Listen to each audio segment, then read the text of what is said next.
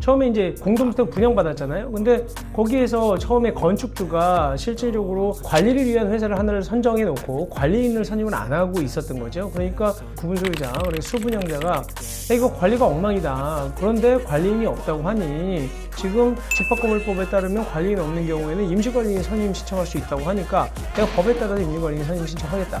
옛날에 그냥 그 집합건물법이 상법에 있는 규정을 준용해 왔어요. 그래서 그 규정을 적용할 수 있다고 되어 있었기 때문에 그때는 특별한 손해가 있을 때, 그럴 염려가 있을 때만 임시 그 이사를 갖다가 선임할 수 있다고 돼 있었는데 실질적으로 이 법을 만들면서는 그런 내용 만든 적이 없다. 한마디로 대법원이 고등법원하고 1심법원 판사들한테 다시 공부해. 그 옛날 거야, 옛날 거. 옛날 판결문 갖고 옛날 법률 갖고 하면 돼. 새 법 바뀌었는데 왜 그걸 몰라. 원고 대리인이 도시화하라면서 그렇게 지적해 주지 않냐. 이거는 특별한 손해가 발생할 염려가 있어야 된다는 요건을 법에서 요구하지 않는데 왜 자꾸 니네들이 그걸 갖다가 집어넣냐는 거예요.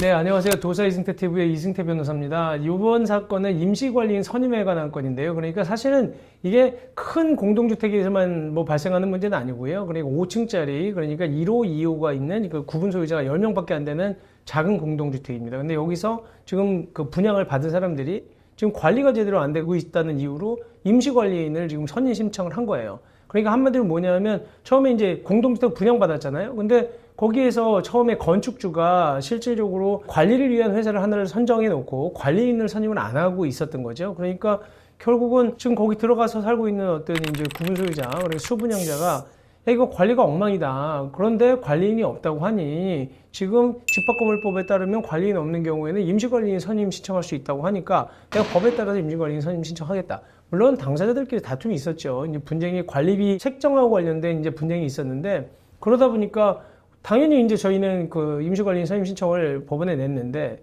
1심 법원이 받아주지 않았어요. 그러다 보니까 저희가 항소심까지 갔는데 또 졌어요.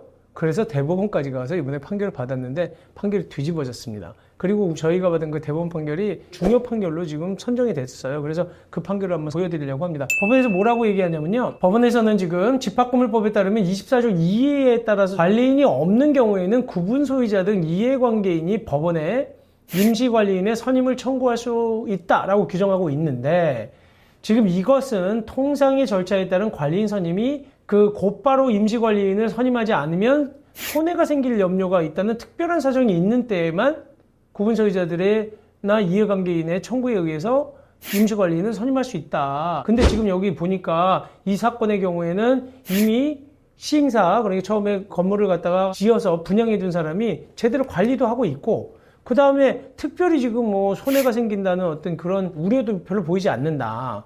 근데 이거를 갖다가 왜 관리인을 갖다가 선임 청구를 하느냐. 이거는 나 못 받아주겠다. 그리고 또 하나 이런 주장을 해요.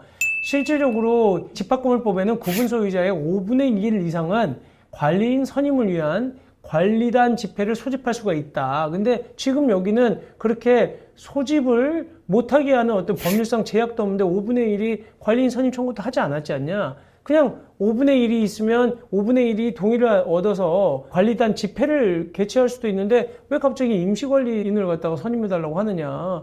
이건 좀 이상하지 않냐. 그런 얘기입니다. 시행사에서 그러니까 자기들이 아는 이제 관리회사에다가 맡겨놓고 관리인을 선임하지를 않고 있기 때문에 이거를 방지하기 위해서 집합건물법을 개정해서 뭐냐면 이제 구분소유자들이 2분의 1 이상이 입주를 하게 되면 그때는 시행사에서 관리인을 선임할 수 있다라고 통지를 할 수 있다는 규정을 두었거든요. 근데 지금 이 사건의 경우에는 그 지금 2분의 1도 다 차지 않았기 때문에 관리인 선임하라고 구분소유자한테 통지를 할 필요도 없다는 거예요. 뭐 이런 주장도 했었는데 특별한 그 손해가 발생할 이유도 없는데 갑자기 왜 임시관리인 선임 청구를 했느냐라고 해서 기각을 했어요. 그랬더니 대법원이 판결을 내렸는데 기본적으로 법리가 보면 이 관리인이라고 하는 게 지금 우리가 집합건물법에서 지금 24조 이제 1항이 지금 중요한 내용인데요. 여기에서 구분소유자, 그의 승낙을 받아 전유 부분을 점유하는 자, 분양자 등 이해관계인은 만약에 관리인이 선임되지 않고 있는 경우에, 그러니까 관리인이 없는 경우에는 법원에 임시관리인의 선임을 청구할 수 있다라고 규정하고 있고, 이렇게 규정한 이유는 관리인이 없을 때 관리의 공백이 생기잖아요. 관리의 공백이나 관리인 선임을 둘러싼 분쟁을 예방하는 데 목적이 있다. 그리고 옛날에는 실질적으로 쉽게 얘기하면 이게 이런 법령이 규정이 되기 전에는 옛날에 그냥 그 집합건물법이 상법에 있는 규정을 준용해 왔어요. 그래서 그 규정을 적용할 수 있다고 되어 있었기 때문에 그때는 상법에서 이사를 선임할 때는 만약 임시이사를 선임해야 된다. 이런 경우에는 특별한 손해가 있을 때, 그럴 염려가 있을 때만 임시 그 이사를 갖다가 선임할 수 있다라고 돼 있었는데 실질적으로 이 법을 만들면서는 그런 내용 만든 적이 없다. 법에 보면 어디 뭐 특별한 손해가 생길 염려가 있는데 이런 규정이 없는데 왜 이거를 법원에서 그렇게 해석했느냐. 한마디로 대법원이 고등법원하고 1심법원 판사들한테 다시 공부해. 그 옛날 거야, 옛날 거. 옛날 판결문 갖고 옛날 법률 갖고 하면 돼. 새 법 바뀌었는데 왜 그걸 몰라. 원고 대리인이 도시화다라면서 그렇게 지적해 주지 않냐. 이거는 특별한 손해가 발생할 염려가 있어야 된다는 요건을 법에서 요구하지 않는데 왜 자꾸 니네들이 그걸 갖다가 집어넣냐는 거예요. 그래서 지금 저희가 주장한 그대로 판결이 나와서 지금 이 파기환송을 시켰다는 겁니다. 그러니까 여러분들이 반드시 그 구분소유자 5분의 1 행위 요구해서 뭐 관리단 집회를 소집하고 그런 절차를 통해서 관리인 선임해야 되는 게 아니라 굳이 여러 가지 뭐 너무 급박한 사정이 생겨서 구분소유자들한테 손해가 생길 염려가 있다는 걸 입증하지 않아도 바로 그냥 관리인 선임할 수 있다. 임시관리인. 그겁니다. 이게 굉장히 중요한 판결이니까 여러분들 보시고 뭐 빨리빨리 이렇게 그 관리가 제대로 안 되고 있는 그 집합 건물에서는 대처하시는 것이 여러분들한테 굉장히 도움이 될 겁니다. 네, 감사합니다.